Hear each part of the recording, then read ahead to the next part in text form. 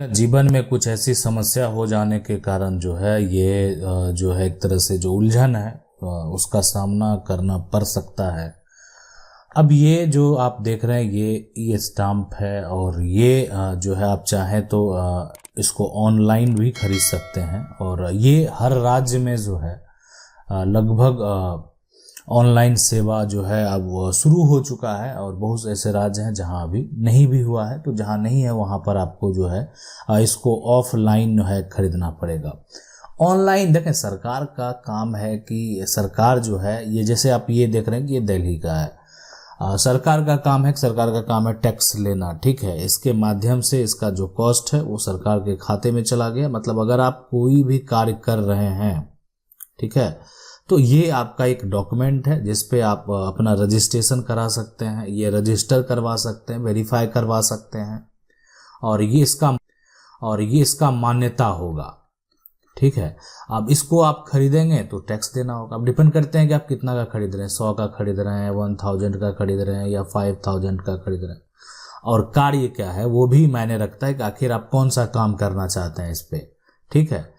तो जो भी कार्य है, कार्य के अनुसार आपको जो है अपना पैसा देना है और ज़रूरत के हिसाब से आपको अपना पैसा देना। मान लेते हैं छोटा मोटा कोई डॉक्यूमेंट है, उसका एक नकल ही प्राप्त करना है, तो उस नकल के लिए यानी जो आपको नकल उधर से दिया जा रहा है या जो इन्फॉर्मेशन दिया जा रहा है, जो जानकारी दिया रहा है, वो 100 के जो है ये स्टाम्प पे हो सकता है कि आपको दे दिया गया, आपको किसी कार्यालय से वो है जो मोहर लगकर प्राप्त हो गया, तो वो मान्य होगा। अब आगे उसको जो है कोर्ट में आप दे सकते हैं, तो उसका मान्यता कोर्ट में भी होगा। अब ये जो जमीन है, जमीन को देख रहे हैं, ये जमीन विनय सिंह के नाम पे है और विनय सिंह का बेटा है। ये जो देख रहे हैं ये इसका बेटा है सुजीत। अब ये जो विनय सिंह के द्वारा जमीन है, ये प्लॉट इस तरह से बाउंड्री भी कर दिया गया और ये इसको खरीदते हैं विनय सिंह, किस लिए कि ताकि इस पे मकान बनाएंगे। तो इंतजार कर रहे थे कि बहुत सारे लोगों के जो अगल बगल में कुछ लोग अगर मकान बना ले, सीधी सी बात, अगर कोई इस तरह का प्लॉट खरीदता है तो सोचता है कि बगल के जो लोग हैं, ठीक है, बगल के जो लोग हैं वो अगर मकान कुछ बना लेते हैं या शुरू करते हैं तब वो भी शुरू करेंगे, इसलिए कि अकेले वो कैसे रहेंगे। तो इसलिए वो विलम्ब करते हैं, थोड़ा इन समय का इंतजार करते हैं।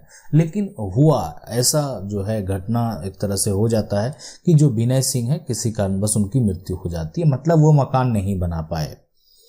जमीन धरी की धरी रह गई और जमीन जो है विनय सिंह के नाम दर्ज है और इस पे उनके द्वारा मकान तो बनाया नहीं गया। लेकिन अब वो जमीन को जो है जो बेटा है सुजीत, वो चाहता है कि अब हम उसको अपने पापा के नाम पर है, हम अपने नाम पर करा लें। देखें, जो व्यक्ति अब इस दुनिया में नहीं है, वो छोड़ के चले गए, तो उनके नाम से वो प्रॉपर्टी है, तो आप जो है अपना दस्तावेज को सही करने के लिए, ठीक है, आप उसको अपने नाम पर आप ट्रांसफर करा सकते हैं। मान लेते हैं भविष्य में आप उसमें किसी प्रकार का कोई अगर लोन ही लेते हैं, तो जिनके नाम प्रॉपर्टी है अगर वो इस दुनिया में है ही नहीं तो आपको लोन कहाँ से प्राप्त होगा।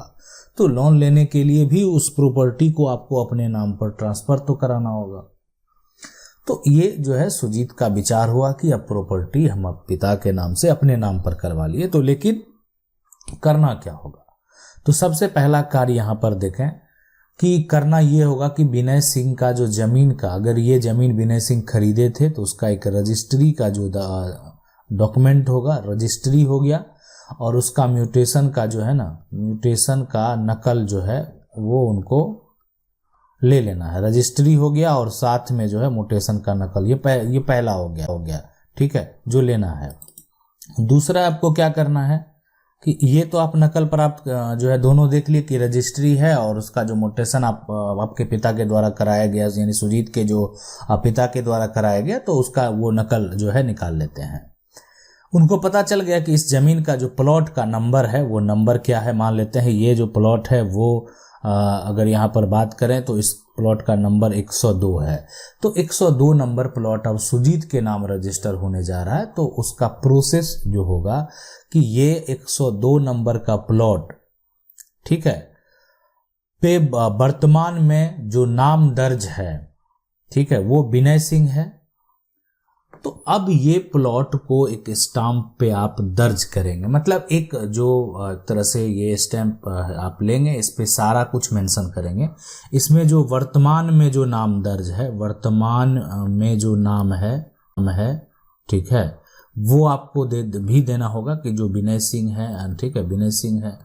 और अभी वो ट्रांसफर किसके नाम से हो रहा है, वो पुत्र है सुजीत, है ना, सुजीत, और जो भी है यहाँ पर सुजीत सिंह ही हो, और यहाँ पर लिखा जाएगा कि पिता जो है इनके विनय सिंह हैं, विनय सिंह हैं। तो ये सारा कुछ है। प्लॉट का जो नंबर 102 है, इसका पूरा जो एक तरह से जो प्लॉट का नंबर है उसका अगर खाता है ना, या खाता खेसरा खतौनी जो भी है, एरिया कितना गज में अगर प्लॉट है तो गज में मेंशन करना है, डिसमिल में है डिसमिल में है, कट्ठा में है तो कट्ठा में, जो भी है, स्क्वायर फीट में है तो स्क्वायर फीट में, सारा कुछ मेंशन करना है। और अगल बगल कौन है, आगे कितना रास्ता है वो भी मेंशन करना है। ये सारा कुछ जो है इस कागजात पे आपको दर्ज करा लेना है। ये दर्ज होने के बाद जो है अब राज्य सरकार, हर राज्य में जो है स्टाम्प पेपर पर सब कुछ मेंशन के बाद जो है एक प्रक्रिया जो है, ये सारा कुछ करने के बाद जो प्रक्रिया होता है वो होता है ऑनलाइन जो है दाखिल खारिज का, है ना, दाखिल खारिज का।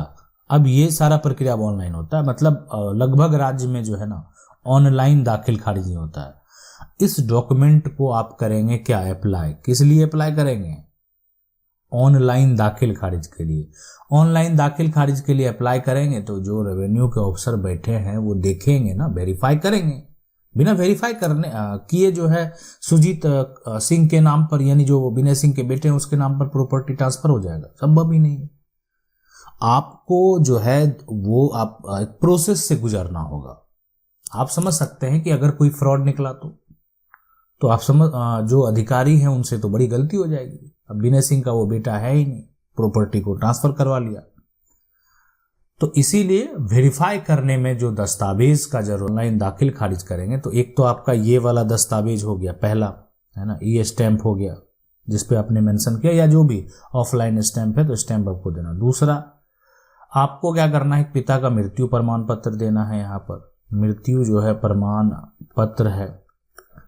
तीसरा जो आपको देना है कि जो मृत्यु, एक वंशावली देना है ना, वंशा जो है यहाँ पर वंशावली आपको देना है। तो ये सभी दस्तावेज आपको तैयार करने होंगे, आपको देना होगा, इसलिए कि ये जो है ये इससे ये बात स्पष्ट होता है कि आपके पिता की मृत्यु हो चुकी है, उसका एक प्रमाण है मृत्यु प्रमाण पत्र।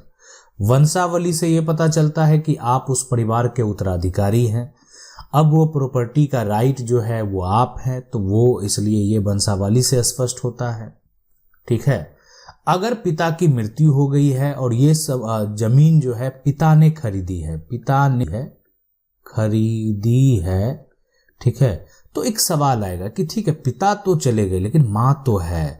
तो माँ अगर मान लेते हैं कि देखें, माँ अगर आपत्ति दर्ज करेगी तो दिक्कत होगा, माँ अगर सपोर्ट करेगी आपको जो एक तरह से इस प्रक्रिया में, तो दिक्कत नहीं होगा। क्योंकि जो पिता का संपत्ति होता है, अगर पिता का कोई अर्जित संपत्ति हो सकता है कि माँ को नॉमिनी बना दिया गया हो। अगर माँ को नॉमिनी बना दिया गया है तो इसका मतलब पूरी प्रॉपर्टी पे राइट माँ का है, ठीक है। खरीदते वक्त जो है अगर नॉमिनी का जो नाम होगा उसमें अगर माँ, आपकी माँ का नाम दर्ज हो गया होगा, तो इसका मतलब है कि पिता की मृत्यु के बाद जो भी प्रॉपर्टी है वो माँ के नाम अब दर्ज होगी। लेकिन अगर माँ को नॉमिनी नहीं बनाया गया है तो पिता की प्रॉपर्टी में माँ भी एक हिस्सेदार होगी पिता की मृत्यु के बाद, माँ भी और बेटे भी।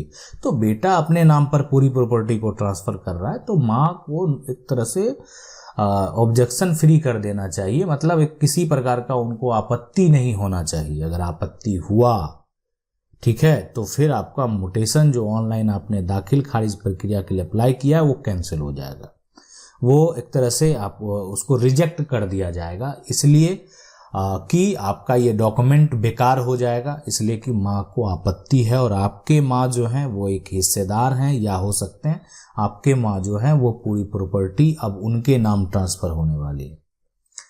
तो अगर आप प्रॉपर्टी ट्रांसफर कराना चाहते हैं तो आपको ये तमाम जो प्रक्रिया है उससे गुजरना होगा, ये सारे स्टेप फॉलो करने होंगे।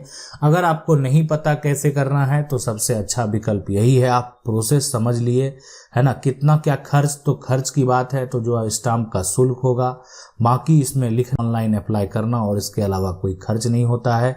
लेकिन अगर आप किसी वकील से संपर्क करेंगे तो जो वकील का चार्ज है वो खर्च लगेगा, या आप किसी अमीन से संपर्क करेंगे जो कि ज़मीन को मेजर करता है, उनको भी जानकारी है लिखना ये सब सारा, तो वो करवा देते हैं। कोई बड़ा कार्य तो है नहीं, केस तो लड़ना नहीं है जो कि आपको वकील से ही करवाना हो, तो ये काम आप किसी अगर जो अमीन है उससे भी करवा सकते हैं, वहाँ भी पॉसिबल है। या कोई अन्य व्यक्ति भी करना चाहता है, ये कोई ज़रूरी नहीं कि वकील और अमीन से करवाए, कोई अन्य व्यक्ति ही है, जानकारी है उसको, सारा कुछ जो है मेंशन करता है, लिखता है, तो वो भी करवा सकता है, वो है ना, वो भी आपका सारा कार्य जो है वो करवा सकता है।